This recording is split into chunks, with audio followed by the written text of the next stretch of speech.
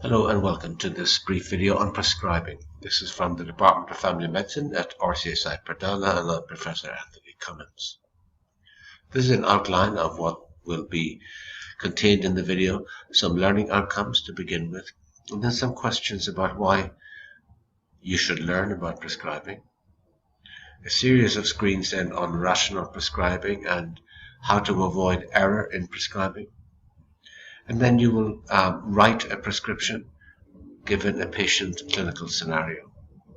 There is mention of prescribing in vulnerable groups and medication review, but these are not covered in this video. There are separate videos for each of those topics, and then there's some references for you. So, your learning outcomes. On completion of this video, you should be able to write a safe, legible, and legal prescription. You should be able to discuss knowledgeably the special precautions when prescribing in vulnerable groups such as the elderly or lactating mothers, etc. You should be able to outline and discuss the concepts of rational prescribing. You should be able to list the usual adverse effects of commonly prescribed drugs. And you should demonstrate where to locate drug information in the British National Formulary and the British National Formulary for Children.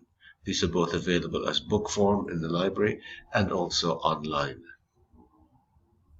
So why learn about prescribing? Well, first of all, it's a daily requirement for all doctors in all specialties to be able to prescribe medicines safely and legally. And you are expected, as a doctor and as a medical student, to be familiar with commonly prescribed drugs. Prescribing brings appropriate benefit to health benefit to patients, but inappropriate prescribing can cause harm or even death, and is an increasing cause of death in the elderly who are prescribed many drugs. Another reason why you need to learn about prescribing is because you will be assessed on this throughout your senior cycle 1, not just in family medicine. Let's look at rational prescribing. The main thrust of this is to avoid error. So, make sure when you're prescribing, is this the right patient? Is the right medicine? Is the medicine needed at all? If it is the right medicine, am I giving the right dose? Am I giving it through the right route? And is it being taken at the right time? If all of these are yes, you're doing all of these correctly, then medication error is significantly reduced. You have to have a checklist mentality to make sure that error does not occur. At the bottom here is listed an article by Atul Gawande, a New York surgeon and writer for the New Yorker. This is from the New Yorker on checklists. Well worth having a look at this. So, before you even put pen to paper and prescribe, you should first of all check, why am I prescribing? Is there a known diagnosis? If so, then prescribing seems reasonable. However, if there is a known diagnosis, is a medication required? In other words, have non-drug alternatives been considered? What does the patient think? What are the patient's views? If, for example, somebody is suspicious and guarded about conventional medicines, suffers from mild depression, and prefers to take St. John's wort as an alternative to SSRIs, that's perfectly reasonable. And if you propose to use a particular medication, will this work? What evidence do you have that it will work? You should know from the results of systematic reviews and randomized control trials which medicines work best for particular conditions. Will there be adverse effects? Well, you can probably bet that there will be, but the big question is, do the harms outweigh the benefits? In other words, is this drug more harmful than helpful, and therefore should it not be prescribed? If also the drug has adverse effects, will the patient be required to take other drugs in addition in order to combat these? If this is an elderly patient, you can imagine the rising polypharmacy here with the potential for further interactions and further morbidity and hospitalization and even death. Another consideration, which in some countries is not really taken into consideration, is cost. Is this drug costly? Are there less expensive alternatives available and equally effective? If so, then perhaps you should be considering these. Do you know how to find the right dose? Are you familiar with the BNF, a BNF for children? You can look at these both as book form or online through the online library. And you should also be aware of comorbidities and drug interactions. For example, the standard target dose of simvastatin to reduce cardiac events is 40 milligrams once nightly.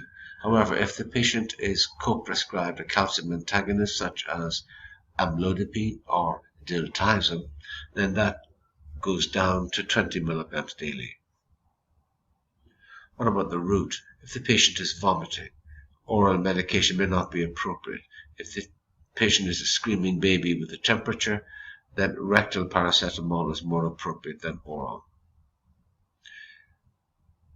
Patients sometimes are impressed with doctors giving injections, but generally speaking, the bioavailability of IM drugs is no better than oral. Oral is generally better absorbed. If the patient can take orally, give orally. There are also some precautions in patients who are anticoagulated or have clotting disorders, giving them IM injections. Always check. If in doubt, check. For example, it's not unusual during a busy GP clinic to overlook that the computer has not been updated from the previous patient, and the prescription you have now just issued is for the patient before the one you are currently seeing. If in doubt, ask. And should drugs be given at the right time? Does it matter? Well, it does for some drugs. Statins generally are given at night time because there's a diurnal variation in cholesterol synthesis in the liver, and it's reckoned that statins are more effective if given in the evenings. Diuretics should never be given in the evenings or afternoons because they render patients incontinent. They wake them from their sleep and so on. And some drugs are given once weekly: bisphosphonates for osteoporosis, methotrexate for psoriasis and rheumatoid disease. When taking a drug history, you clearly have to ask about current prescriptions medicines, but you should also ask about non-prescription medicine, particularly any over-the-counter medicines, any herbal or Chinese medicines, and any illicit drugs also.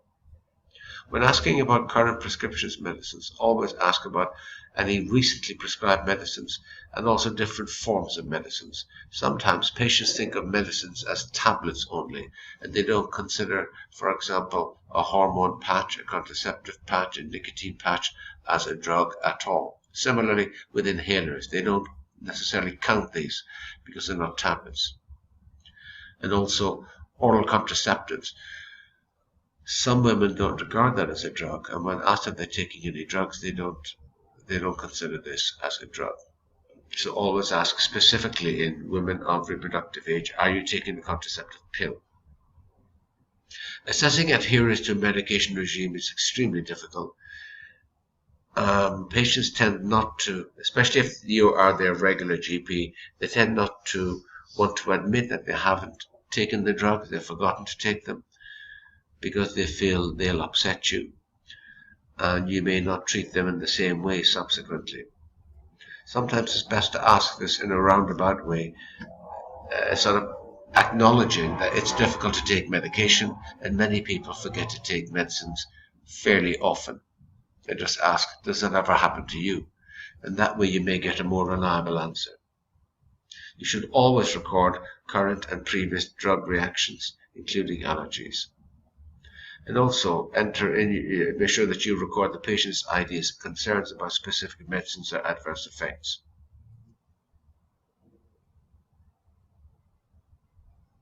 There's a question here for you to ponder. What is the half-life of amiodarone? We can discuss it in class. Adverse drug reactions are generally predictable, being an exaggeration of the therapeutic effect. So if cardiac output is reduced by beta blockers, then the feeling of fatigue and tiredness is a common and understandable adverse effect, and also cold periphery similar because of reduced cardiac output. However, 20% of type B adverse reactions are unpredictable. Adverse reactions overall, however, are serious business because they account for over 6%.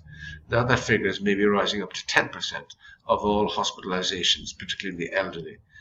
and there's a mortality associated with that. So what risk factors predict the likelihood of adverse reactions? Well, clearly extremes of age, young babies and children, and the elderly. Prior poor underlying health status, female gender, and polypharmacy. On the basis that the more drugs you're taking, the more likely you are to get an interaction between them and therefore an adverse effect. When the patient has adverse effects noted, please explore this in some detail. When patients just say, I can't take antibiotics, they make me ill, doctor, you need to inquire about which specific drugs and ask them to describe in their own words the actual adverse reaction. This is certainly worth exploring when people say that they have an allergy to drugs. Many do, but some phenomena that are described as allergic may in fact be an adverse effect. However undesirable, it may not be allergy, may not be true allergy. However, if it sounds like allergy, then it must be documented in their notes. If patients, however, have been able to take similar drugs of the same class subsequent to the episode of allergy, it is unlikely that that original episode was an allergic phenomenon. Now, let's look at writing a prescription. This is a legal requirement. These are legal documents, and you must do this exactly as stated here. They must be written in ink. Now, it seems very obvious, but you can't write them in pencil. You must have the date, you must have the prescriber's name and address, you must have the patient's name and address, you must have the prescriber's signature, you must have the patient's age and date of birth if they're under 12 in the UK, and you must also include the prescriber's medical council registration number. So here's an example from the UK. So the details of age and date of birth will go in here, and then the patient details will go here. The drugs will be written in this section or typed. They're usually computer generated nowadays. Then the signature for the doctor, and the doctor's stamp or address is chopped in here, and the date. This section here also includes the medical council registration number. So don't prescribe like this. You can't possibly read what this is. This looks like Ventolin, this looks like something else, Phyllocontin. This could be Amoxil, it could be Dayanil. In fact, in this example, this was a legal case, this was Dayanil. Dayanil is a brand name of glibenclamide, a long-acting sulfonylurea. If a pharmacist gets a prescription like this, they should ring up the prescriber and ask exactly what was prescribed, or return it to be typed or written in block capitals if they don't have a computer system. This should not be dispensed as it is. As said before, prescriptions must comply with legal requirements in every country. You should preferably use the approved name. Don't use abbreviations like PCL for paracetamol or MTX or methotrexate.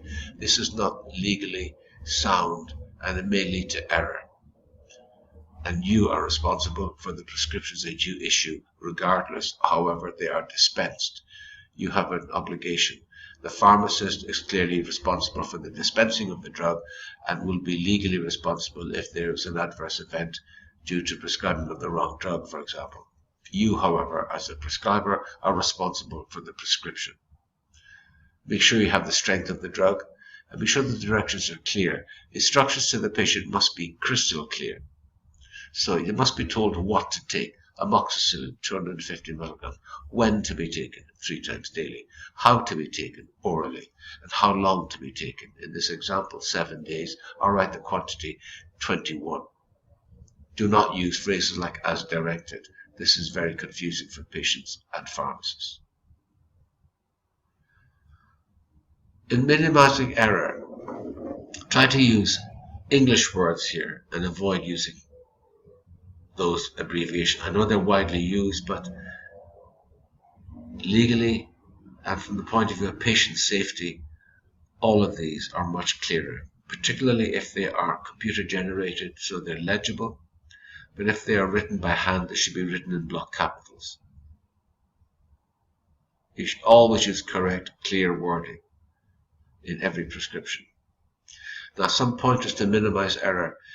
Avoid unnecessary decimal points. So if it's 2 milligrams, write 2 milligrams. Don't write 2.0 milligrams because they may get 20 milligrams dispensed. Where decimal points are essential, put a preceding 0. So it should be 0.5 milligrams, but not 0.5 milligrams, because this patient will almost certainly receive 5 milligrams. Any quantities of 1 gram or more should be written as grams, so it's not 1,000 milligrams of paracetamol, but 1 gram. Quantities less than 1 gram should be written in milligrams, so it will be 500 milligrams, not 0.5 grams, because that person may receive 5 grams. What about generic versus proprietary? Generally speaking, generic drugs act exactly the same as their proprietary brands. They have the same bioavailability and pharmacokinetics, etc., so they should be prescribed generically in preference. They're also less expensive. They're equally safe and effective. There may be slightly more flexibility with product selection, which might avoid delays in getting the actual drug to the patient. If you particularly want a special brand, then that might not be easily available. But aspirin is. In fact, there is no difference between these enteric-coated aspirins and standard soluble aspirin in terms of efficacy, tolerability, etc. Similarly, omeprazole is the original PPI, and there's been none better than it since in terms of efficacy. It's as good as any other PPI. But the brand Losec may not be available. There's also a huge cost disparity between this costs 17 ringgit in Malaysia for 1 month. This costs 250. Same drug, same dose, same efficacy. There are some drugs, however, where there are differences in bioavailability, and they should always be prescribed as brand. So cyclosporin is one. Lithium is an important one because lithium comes in 3 brands. There's another one I mentioned here. There's Priadol, Camcolit, and Phasal. Now, if you prescribe lithium carbonate in those words, then the patient may get either this or Camcolit or Phasal. If they've been used to Priadol and you get Camcolit, then you may have a reduction in the therapeutic efficacy of the drug. And if this continues, the patient doesn't know, but if this continues, then you might have less mood control and the patient may have a relapse and end up being admitted to hospital in the worst scenario. I've seen this happen.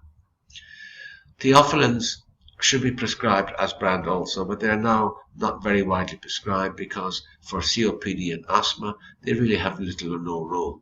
Inhaled drugs are far more effective and far safer. Anticonvulsants are another very important area which must be prescribed as brand. This is a brand, a long-acting brand, twice daily, of carbamazepine. So if you just prescribe this as carbamazepine and the patient has been used to the long-acting version, you may get a reduction in effective anticonvulsant efficacy and people may get seizures, and that's indefensible. Contraceptive pills are another group of drugs which are prescribed by proprietary brand rather than the generic, simply because the generic terms usually they're combined oral contraceptive pills, so they have 2 names. They'll have an estrogen and a progesterone, and it becomes very unwieldy, and it's much easier for pharmacists, doctors, and patients to stick to brand names such as Microlite, Overnet, etc. Now, here's a little task for you to write a prescription. This is you. You are Dr. Ashley Murphy, St. Stephen's Green Medical Centre, 123 St. Stephen's Green, Dublin 2. This is your telephone number. This is your medical council registration number. This is your patient, Miss Judy Stewart. She's age 24 and she comes from 63 Main Street, Ashfield, County Meath. Okay. She's consulted you with a suspected UTI. She has no significant past medical history and, importantly, no allergies. Please prescribe the following 2 drugs for her: a 3-day supply of trimethoprim and a 5-day supply of paracetamol. We will discuss your answers in class.